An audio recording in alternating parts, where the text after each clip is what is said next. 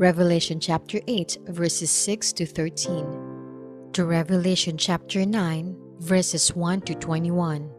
The trumpets. Then the seven angels who had the seven trumpets prepared to sound them. The first angel sounded his trumpet, and there came hail and fire mixed with blood, and it was hurled down on the earth. A third of the earth was burned up, a third of the trees were burned up, and all the green grass was burned up.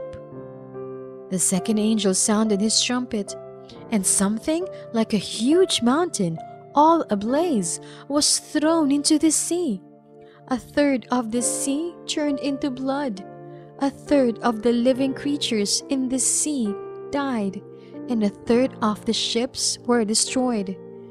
The third angel sounded his trumpet, and a great star, blazing like a torch, fell from the sky on a third of the rivers and on the springs of water.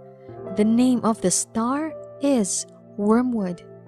A third of the waters turned bitter, and many people died from the waters that had become bitter.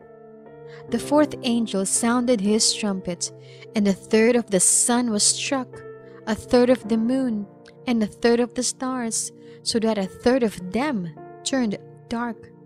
A third of the day was without light, and also a third of the night. As I watched, I heard an eagle that was flying in mid-air call out in a loud voice, "Woe! Woe! Woe to the inhabitants of the earth, because of the trumpet blasts about to be sounded by the other three angels." The fifth angel sounded his trumpet, and I saw a star that had fallen from the sky to the earth. The star was given the key to the shaft of the abyss. When he opened the abyss, smoke rose from it like the smoke from a gigantic furnace.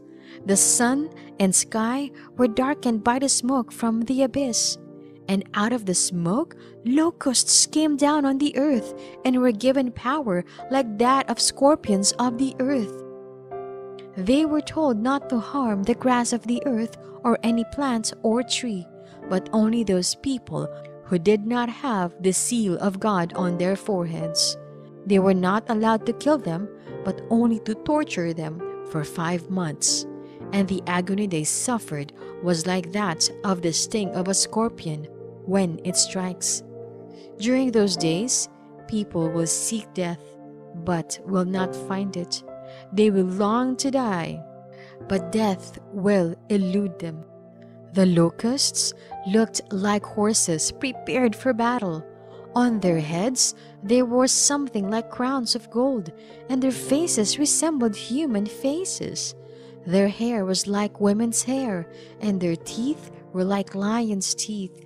They had breastplates like breastplates of iron, and the sound of their wings was like the thundering of many horses and chariots rushing into battle.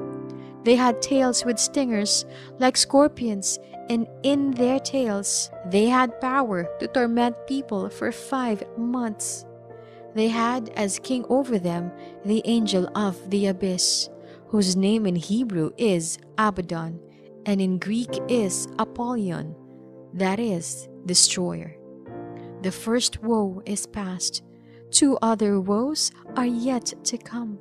The sixth angel sounded his trumpet, and I heard a voice coming from the 4 horns of the golden altar that is before God. It said to the sixth angel who had the trumpet, "Release the 4 angels who are bound at the great river Euphrates." And the 4 angels who had been kept ready for this very hour and day and month and year were released to kill a third of mankind. The number of the mounted troops was twice 10,000 times 10,000. I heard their number. The horses and riders I saw in my vision looked like this. Their breastplates were fiery red, dark blue, and yellow as sulfur. The heads of the horses resembled the heads of lions, and out of their mouths came fire, smoke, and sulfur. A third of mankind was killed by the 3 plagues of fire, smoke, and sulfur that came out of their mouths. The power of the horses was in their mouths and in their tails, for their tails were like snakes, having heads with which they inflict injury.